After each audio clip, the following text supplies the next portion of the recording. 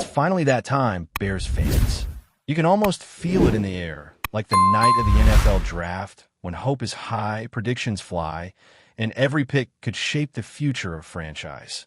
Welcome to the ultimate Chicago Bears mock draft reaction. I haven't seen a single pick, don't know if there were trades, and I have zero idea what direction this thing is headed. I'm going in completely blind. The only thing I know, this is going to be fun.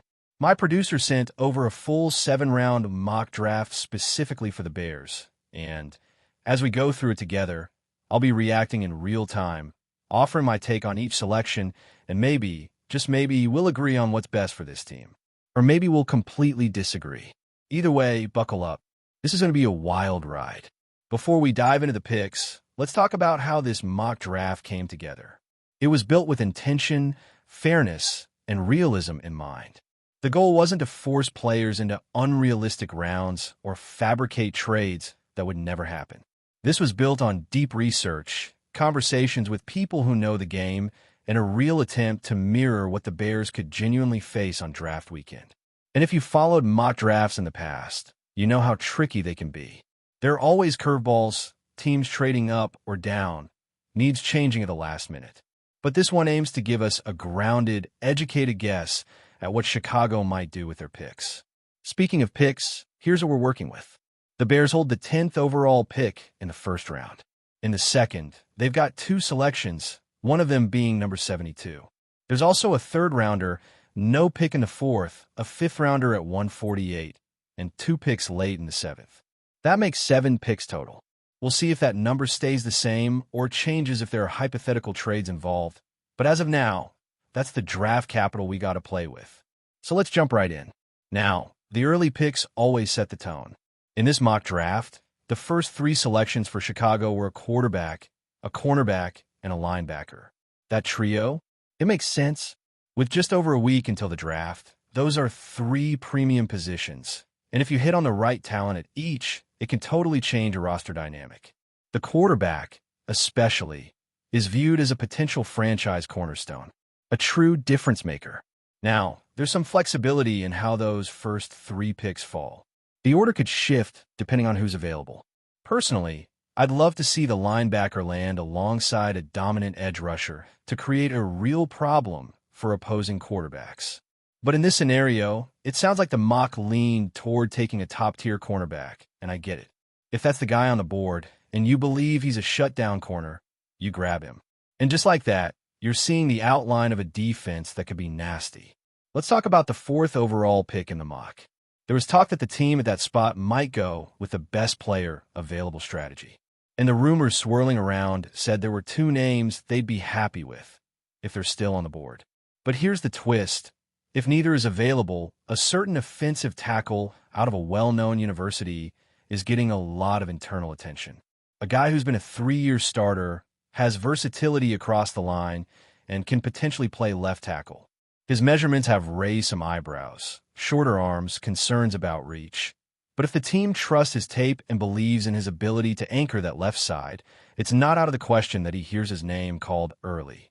Now, when we move to the 5th overall pick, things really get interesting.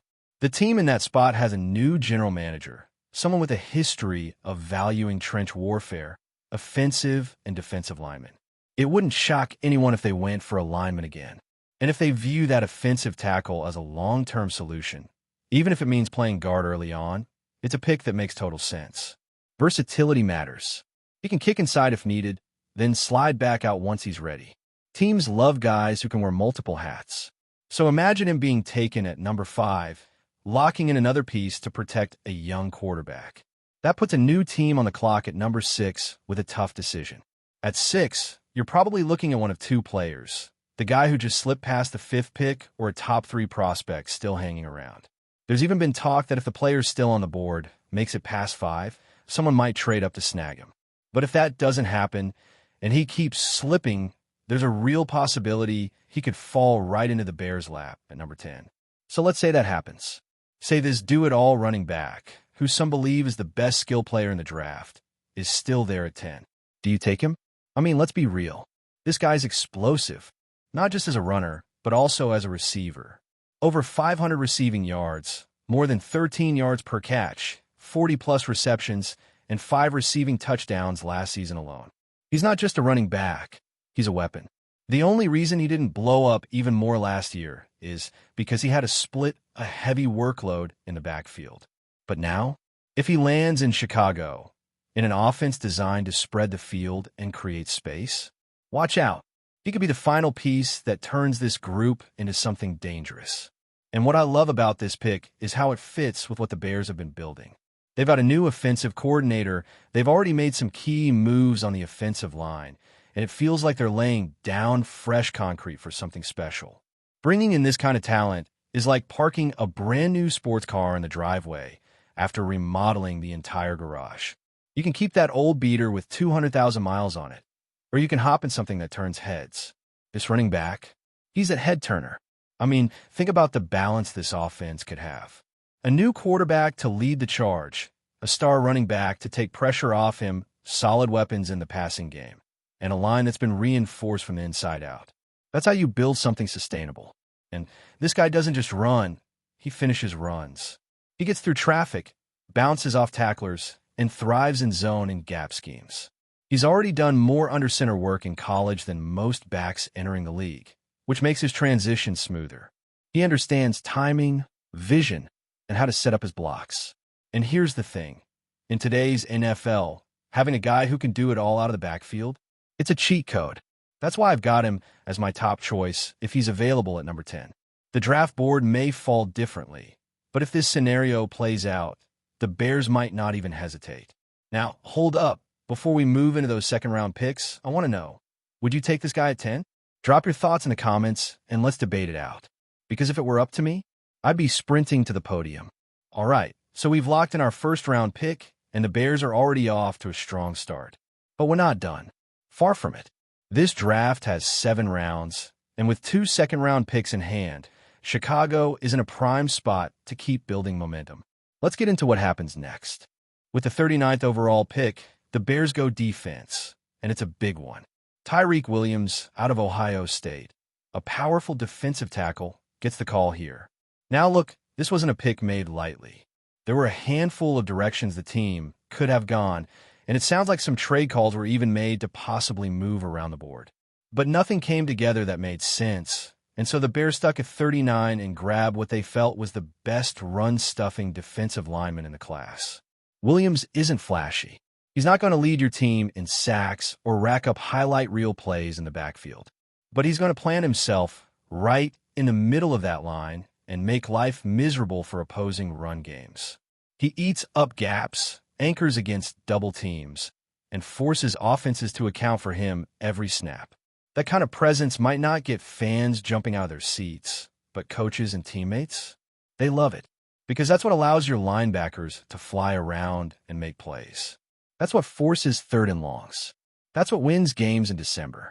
And while his pass rushing isn't fully developed, that doesn't mean he can't push the pocket. He's got the raw power, the motor, and the frame to collapse the interior and create disruption. It's a pick that screams long-term foundation, especially when you factor in that the Bears have a player like Jervin Dexter, who's more of a pass rush specialist. Pairing him with Williams gives Chicago a complementary duo that could stabilize the heart of the defense for years. Now, a note here. This selection also tells us something about the Bears' draft philosophy. It suggests they see defensive tackle as a bigger need than edge rusher at this stage. And honestly, that checks out. Between contracts expiring, players returning from injury, and the need for someone to dominate against the run, Williams checks a lot of boxes. As we swing over to the 41st pick, this one gets exciting. Arani Ursary, the offensive tackle out of Minnesota, becomes the pick. And I have to say, I love this move. Ursary is raw, no question. His footwork needs polishing, and he'll probably take some lumps early if he's asked to start right away. But he's a mountain of a man, has played left tackle for 3 years in a pro-style offense, and has the kind of body control and anchor strength that make you believe he could be a long-term solution at one of the most important positions on the field. And here's the beauty of this pick. It creates real competition. The Bears already have Braxton Jones and Kieran Amagaji in the mix, but adding Ursary gives them another potential starter to groom. Maybe he doesn't win a job in year one. That's fine. Maybe he becomes your swing tackle or your top backup while developing behind the scenes. But if he hits, you've got a legit left tackle who could protect your franchise quarterback's blind side for the next decade. Let's keep this thing rolling because the third-round pick is a sneaky good one. At pick 72, the Bears grab Andrew Makuba, a safety out of Texas. Now, Makuba might not be a household name just yet, but this guy is a chess piece on defense. He's played high safety in the box and in the slot. He's got 5 career interceptions, 7 pass breakups, and 4 tackles for loss. He's instinctive, aggressive, and despite his smaller frame, isn't afraid to stick his nose in against the run. What really stands out is his versatility. Defensive coordinators love guys like Makuba because they can be moved around based on matchups and formations. Need someone to cover a tight end? He can do it. Want to blitz him off the edge? He's done it. Need help deep in coverage? No problem. His 40-yard dash time, just over 4.4, eased some concerns about his speed, and his showing at the combine backed up the idea that he belongs on an NFL field. Maybe not as a starter right away, but definitely as a sub-package player with a clear path to a bigger role. By the time we get to the 5th round, the Bears are clearly in best player available mode, and they find real value with a tight end out of Notre Dame. This guy's not an athletic freak or a blocking machine, but he's reliable, physical, and consistent. He knows how to get open underneath, can line up in multiple spots, and just flat out catches the ball when it's thrown his way. He's the kind of guy who won't wow you in drills, but will earn the trust of coaches because he's where he's supposed to be, does the dirty work, and brings a professional attitude. You need guys like that in your tight end room. And we're not done yet. In the 7th round, the Bears take 2 more swings. One on a linebacker out of UCLA with jaw-dropping athletic testing numbers. We're talking elite speed, explosiveness, and special teams experience. Almost 600 career snaps on special teams. That's a ticket to making the roster. He might not be ready to call plays on defense yet, but he's going to run hard, hit people, and give this team depth in an area where depth is always needed. And the final pick? A wide receiver from Florida. Over 6 feet tall, blazing speed, and production at 2 different Power 5 schools. Sure, there are questions about his route-running polish, but at this point in the draft, you're betting on traits and upside. And this guy is both. Maybe he develops into a rotation receiver. Maybe he helps in a return game. Or maybe, just maybe, he becomes that hidden gem every team is hoping to land in the final round. Looking back at the full class, I've got to say it's impressive. A potential star running back at the top, trenches addressed with toughness and versatility, and depth added at key positions.